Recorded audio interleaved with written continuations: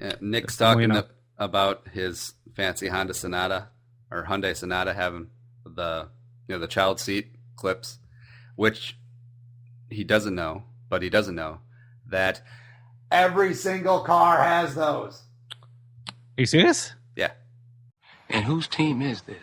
Is this your team? Or is this your daddy's team? Thanks for listening to Dad Mode Podcast. Common sense parenting in a politically correct world. Here's your host, Andy Carlson.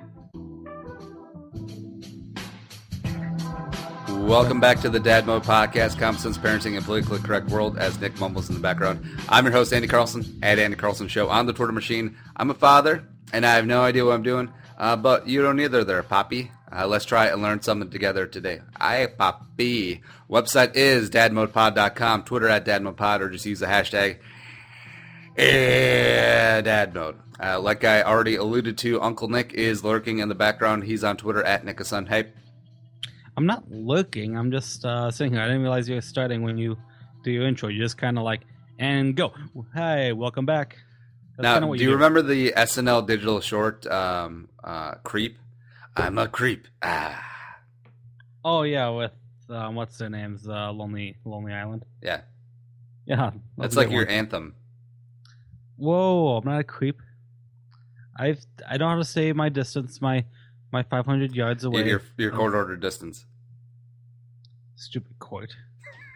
All right, so making the unsmooth transition, talking about Nick's court-ordered restraining orders to one single-child families versus multi-child families. Now, we each have a horse in this race. I'm an only child. Nick, you have a brother, so technically you are a multi-one.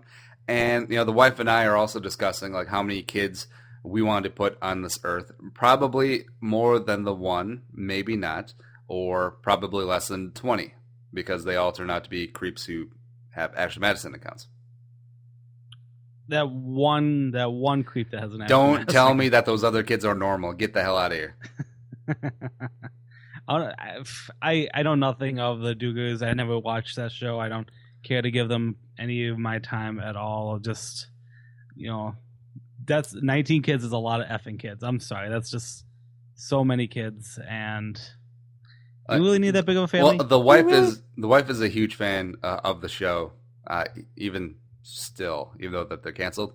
And I agree that the family does have a lot of good values and stuff like that. But as with anything that's very hardcore religious, there's some very off-putting culty aspects to it. They're part of the Quiverful movement, which is, and they're friends with a bunch of other families who are as well, which is basically have as many kids as you possibly can, and then eventually will outnumber all the terrible people in this world.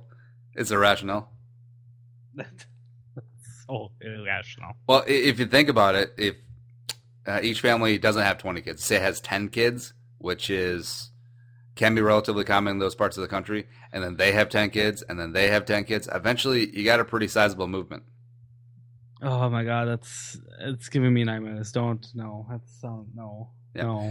Now, we're not subscribers of the Quiverful movement, which is, I think it means something about arrows. But the wife and I have talked about, we would like to have multiple kids, because I was an only child, and I'm kind of odd. I feel like only children, even though they have tons of friends around growing up, like I did, they don't have the brother bond, brother sister bond. They don't have like that sibling attachment. Whereas she came from a family of 3. She's the middle kid. She has a brother and a sister, and just looking at them, they have really close-knit bonds because they all grew up under the same roof. And I definitely want that for Muggsy and other kid TBD. But we talked about 2 kids. Seems pretty normal. 3 kids I think would be my maximum. There are pros and cons. I think of obviously having multiple kids. I think the biggest one, coming from like a non-parent perspective who looks at money, is that when you have more than one kid, you're gonna have twice the costs. And another thing is what I see with when you have siblings, you're gonna have a lot of arguments. You're gonna have a lot of so and so. Well, his is like that. Well, his is this, and she's is like this. Well, I feel like those would be your arguments because you were a bratty little kid growing up. You know what? I was not brat. Oh, okay, a little bit. Okay. All right. Well, I was spoiled brat. But you and your brother, like, how close are you guys age-wise? Okay, so we were 6 years apart. So we weren't holding hands, talking all the time, brothers. You know, you weren't dating the same chicks. No, we were not dating the same chicks. No. He's a senior. You're in like 7th grade. You find a nice little freshman, nice little medium. That would be awesome. Me dating older and my brother dating younger. I feel like in the back of my head, I feel like that's how it should have came out, but no, it's we weren't too close though. It wasn't until being an adult, getting through high school, middle school was I think when both our maturity levels were a lot better. You know, we have a really close bond now, and you know, I talk to my brother all the time now. So as growing up in that crucial kid stage, you know, I think the age gap was big enough where I almost felt like an only child sometimes. Yeah, I actually read that. I read that on a parenting blog that if the gap is more than 5 years, it's essentially like having separate only children. So technically, I guess we're both on that one kid side, I guess. Maybe that explains why you're both the way you are. Hey, I'm kind of normal. Hey, this is coming from another only child, and I completely understand it. But you know, you do see like the bonds of siblings who are only a couple years apart, because I think the wife's brother is the oldest. I think they're only 2 years apart, and then her younger sister is only 2 years apart as well. So that's also what the wife is shooting for. Like, if we're going to have multiple kids, they should be in relatively close proximity, which, I don't know, like the expenses of the first kid, like you're talking about earlier, really makes you pump the brakes on, you know, the second, third kid right away, because it's like boom, boom, boom. And I don't think I'm ready for the minivan life. Well, yeah, you have to think about how nowadays it's not a minivan anymore. It's SUV. That's the new thing. I mean, you could even almost go station wagon. My mom was station wagon. My friend's family was minivan. You know, They should find a way to make the station wagon cool again. Like it's cool again. It's there's so much fancy shit now in station wagons. Well, like the Outback. Well, not. I don't think it's Outback. Maybe like the Subaru makes a relatively, you know, sporty looking station wagon. I know BMW also has a station wagon. NBD, no big deal. BMW. Oh my god. No. See, that'd be the way to go. I'm not gonna afford that. No. No, my Hyundai is actually a phenomenal thing for hauling kids around, which I found out about a month ago when my buddy Nate, his car broke down and his wife and his kid were with him and wanted to know if I could help transport his wife and his kid home. And I'm like, oh yeah, that's fine. And I'm like, well, it's like, I don't know how to use the cart seat if you know how to install that. He's like, oh yeah, it's simple. Apparently my Hyundai Sonata has these special clips that just, you know, you can like take this car seat out simply and just clips into my car, so it's like ready to have a kid in there. So I'm like, oh, that's pretty sweet. Yeah, Nick's talking about his fancy Hyundai Sonata having the child seat clips, which he doesn't know, but he doesn't know that every single car has those. Are you serious? Yeah. I feel like every single car made after like probably 1998 has them. I doubt my Oldsmobile had them. Well, was your Oldsmobile like a 90s? Oh, no, it was a 96. You're right. Okay, so. That was a great car, by the way. Oh, yeah, the Oldsmobile was great. That was the boat. And, yeah, I remember you puked outside of it. Yeah. Outside of the dorms. Yeah. Now, in your family, is it more prevalent to have kids in a family, especially the Filipino side, not making judgments? No. It's both sides of my family. I think my mom was the odd duck, and my mom's side, everyone had 2 kids. All my aunts and uncles each had 2 kids.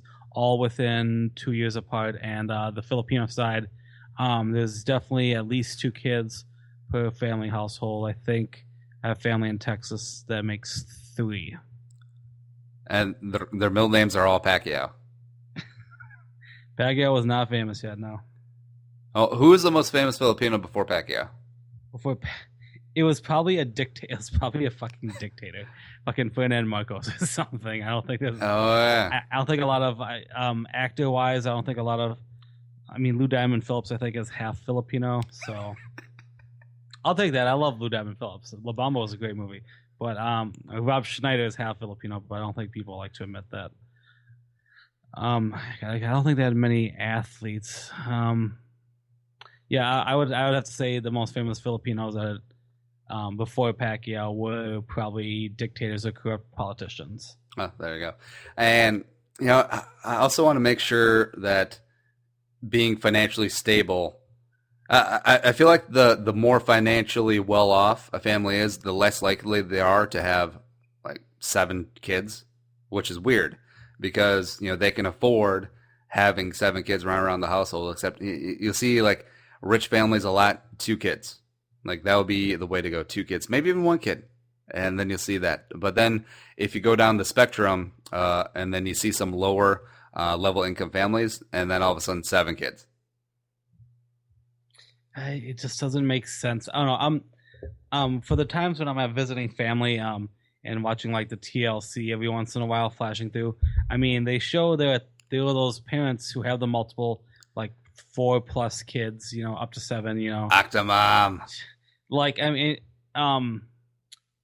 they know how to, like, a lot of them actually do know how to, like, stretch their budget. The whole coupon queen thing, which we all consider a giant joke. I mean, there are people who are taking advantage of that and who know how to, stretch the dollar and, be able to provide for those kids. It's crazy. Yeah. But let's be honest. A lot of them do not. Oh, yeah, a lot of them don't. No, not at all. Yeah, that's scary. The mom smoking a pack of Pall Malls. Got the 8th kid on the way. Oh, that's sad. She's only smoking because she wants the baby to be skinnier and maybe they'll eat less. Oh, that's terrible. You should edit that. Now the whole terribleness, that's not a whole cloth, because I think there was a, gosh, what was it? It might have been from like the 80s. Then I think they were interviewing a tobacco executive, and they're talking about, this is the first time when like smoking was like really being introduced into the lexicon of that's bad for your health. And then the reporter was like, did you know that birth weights for children of smokers are lower than that of normal ones? And then the executive was like, well, there'll be some women who would like a skinnier baby or a smaller baby. No one. I need to find that now. I think it was on Last Week Tonight or something. Well, skinny babies, man, wow, that's yeah, but that's a little bit of a tangent then. What? Yeah, it's fine. What are we talking about? But as far as like Muggsy having brothers and sisters, I definitely like that idea. I like them. The idea of them being relatively close in age, where it doesn't feel like the annoying little brother running around, the annoying little sister who's trying to hang out with their friends. That doesn't really work out. But the one little caveat is in our neighborhood is the wife's cousin and her husband, and they have 2 young girls as well, which are basically one is 7 months older than Muggsy, and one is 2 months younger. So Muggsy's got like a nice little sandwich of like built-in lady friends. Mm-hmm. So that's kind of nice, and that makes me think twice about maybe we'll wait 2-3 years for another kid. No, that makes sense. I mean, having them so close. I mean, we're in age where where you guys live isn't too far from them, and they can easily spend a lot of quality time together. Plus, next one's gonna be a boy. Anyway, so it doesn't really matter. It's I wonder. My brother and sister-in-law, they're expecting again, and like I don't know. They have 2 girls right now. I mean, Oh man, could you imagine 3 girls? Your brother's going to have to buy a 5-bedroom, 17-bath house. And all of them will be full still. Yep. That's good. I didn't know that you're going to be an uncle again. Well, for the first time. Yeah, for the first time. Thank you. Yep. You root for a boy? I think it'd be a change of pace. I mean, definitely would love another girl too. I don't know. I think I think Nate might want a boy. Obviously, more for I mean, I figure like they want to change it up a little bit. 2 girls, but well, I can guarantee that my next kid's gonna be a boy because I have that kind of control. You have the control. Yeah. I don't feel like the parents have any control. I feel like that's all the biology and science and stuff. Well, no, it's like a pitcher chooses between a fastball and the curveball. I mean, when we had a girl, we went with the fastball. Next one, we'll go with the curve, and we'll throw the Y chromosome in there. Yeah, you just throw that Y chromosome over there. Just to change things up. Now, talking about like giant families, like taking the Duggars out because they're weird stuff, but families with 5, 6, 7 kids, like from the TV sitcom, 8 is enough. Is that what in there? Like what's some other TV families with I'm big? Thinking of like Step by Step. Obviously the Brady Bunch. I mean that's putting together the whole idea of a blended family. Yep. Oh, the Brady Bunch was remade today. It would be a blended interracial family. Oh yeah. Because it would have to be. And the brothers and sisters would get it on. That's what they do now. Oh, that's gross. That's too far, Nick. That's too far. Like if the cast of Step by Step started making out, that would really throw a wrench in the TGIF lineup. Yeah, just a little bit. Yeah. Now, but I feel like that's really portrayed a lot on television, the large family dynamic. Except, I don't know. I feel like that'd be kind of weird. I mean, okay, from a TV perspective, in my opinion, because I watch and listen to TV all the time, is that if we're trying to get an audience, you're trying to make people be relatable to these characters. So you have those big families because then the kids who watch it are going to look for these shows and be like, oh, I'm relatable to the nerdy kid who studies hard at school, or like the kid who's like, oh, I'm related to the popular one who's so self-centered and wants to be on the phone the whole time. From a TV perspective, I think that's more of a money-making thing and not so much real reality. Yeah, I don't even remember like half of the kids that are on the Cosby Show. Well, I mean, there was more than one reincarnation of the Cosby Show. So I mean, there was a Rudy. There was Malcolm Jamal Warner's character. I forgot what his name was, Tito or something. Well, like take our friend Emily, and I think she has 10 brothers and sisters, maybe, and they vary in age from like 43 to probably 25. So that's quite a stretch. Holy shit! Really? Yeah. I had no idea. Yeah, gigantic family, and if you have enough people. If you have enough siblings where you could play 5-on-5 basketball, I don't know. It seems kind of weird. I'm looking at it from a financial cost. I mean, obviously they have to eat every day. Schools, I mean, sure, if you're going to public schools, you'll save money there. But what if they want to go to college? What if these parents are going to try to help pay? Well, they were farmers, so they just saw it as more free labor. Oh, okay. So that's a special case scenario where you're hiring kids so they can do work. Yeah, they weren't like Octomom. We're like, hey, let's have 14 kids so we can get on TV, maybe.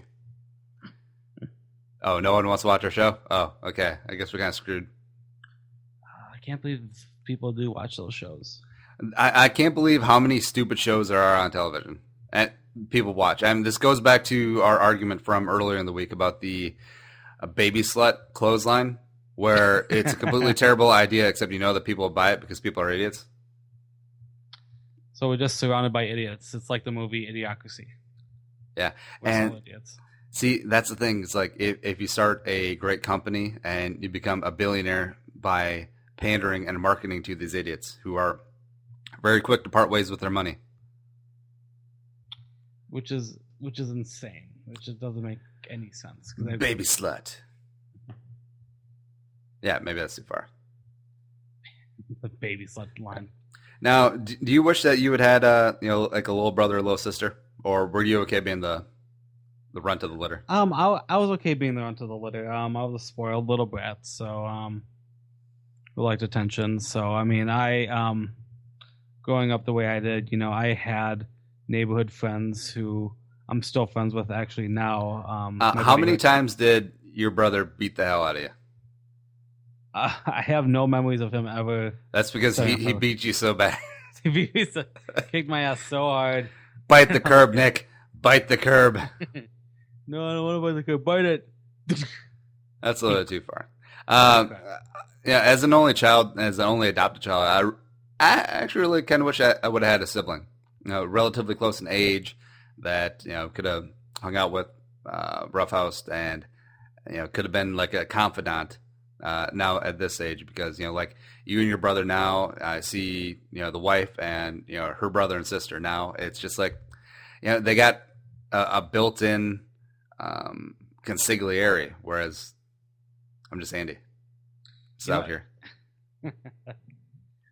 I think from a parent's perspective, I think that'd be the scary thing about having multiple kids, because then you have because now you have like multiple. Now you have a gang. You have an army who could turn against you and keep each other's secrets, because obviously from a kid's perspective, the parents are the bad guys sometimes. And yeah, you got the four kids together. We got to get mom and dad in the home. Mom and dad are only 36. Oh. Or the Menendez brother, yeah. Menendez brother. Oh. That one is not too soon. That one happened in the 90s. Oh yeah, that was so early 90s. Yeah. And just think about it, since I am adopted, chances are I probably have a bunch of half brothers or half sisters out there. I'm gonna find them one day. Oh, I'm sure there's a website or an app you can be able to find that. See, I could go by mugshots or profile pictures, but we all look the same. So it's gonna be a lot of expensive blood testing. And then it just turns out we're all related to Genghis Khan. Which is a very, very true statement. It could be very true. It really, God, I want to say it's 25% of all like mainland Asianers can trace their roots back to Genghis Khan. Which is phenomenal. That's what I want people to say about me, a couple hundred years from now. You know what I want people to say? The Dad Mode podcast is really awesome, especially to your friends, your family, your loved ones, and be like, these two guys just come on, talk about random parenting tips, and usually tangent off about how many kids Genghis Khan has because he raped so many people on his conquest. He conquested more ways than one. Too soon. Also, Amazon, top left corner, Dad Mode Pod. Click through our banner. It'll take you to Amazon through our link. Bookmark that and just buy all of your beautiful Amazon stuff. Like Nick is going to buy some Hyundai Sonata baby seat clips just for backups. I definitely knew that. I could use a new floor mat for my Hyundai, actually. Floor mats, and do what Nick does. Buy it through our Amazon link and we'll get a little taste. And you're going to do it anyways. Why not do it under our banner? So get that on. All right, Nick, any closing thoughts on single kid versus multi-kids? With families nowadays, I mean, whether you're a single kid, you have the love of family no matter what.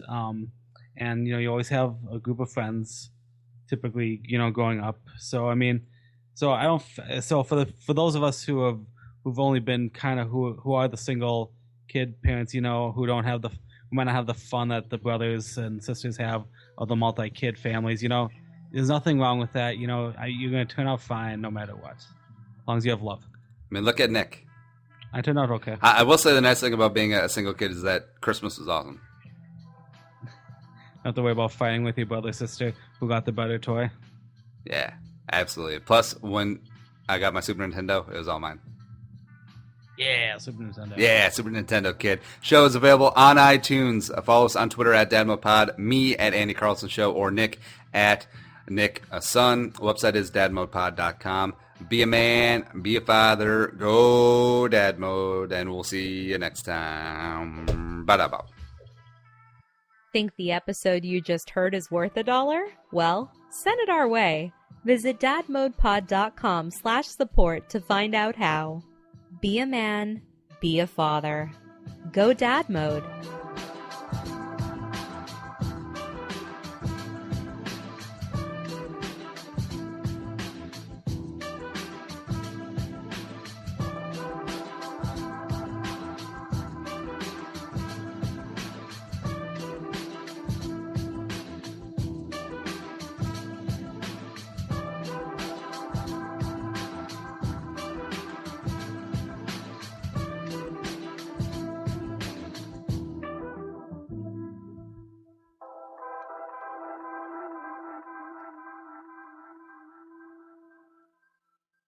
The music is created and produced by Deeb. To hear more of his tracks, visit soundcloud.com/Deeb.